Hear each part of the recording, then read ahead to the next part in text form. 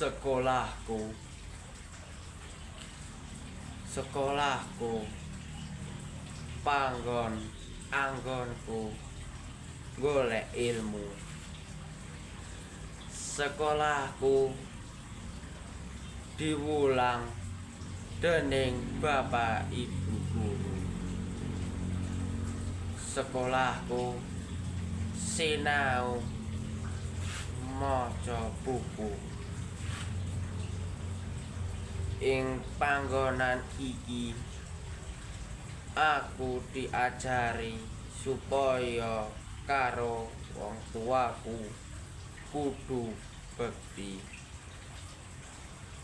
Ing panggon iki aku diajari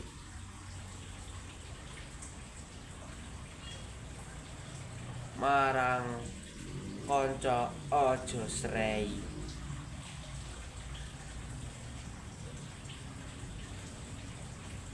Diparingi PR kanggo gledahan kanggo sangu urip ing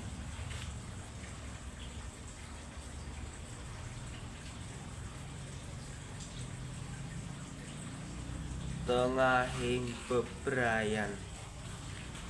Aku percaya senajan abot kudu dilakoni.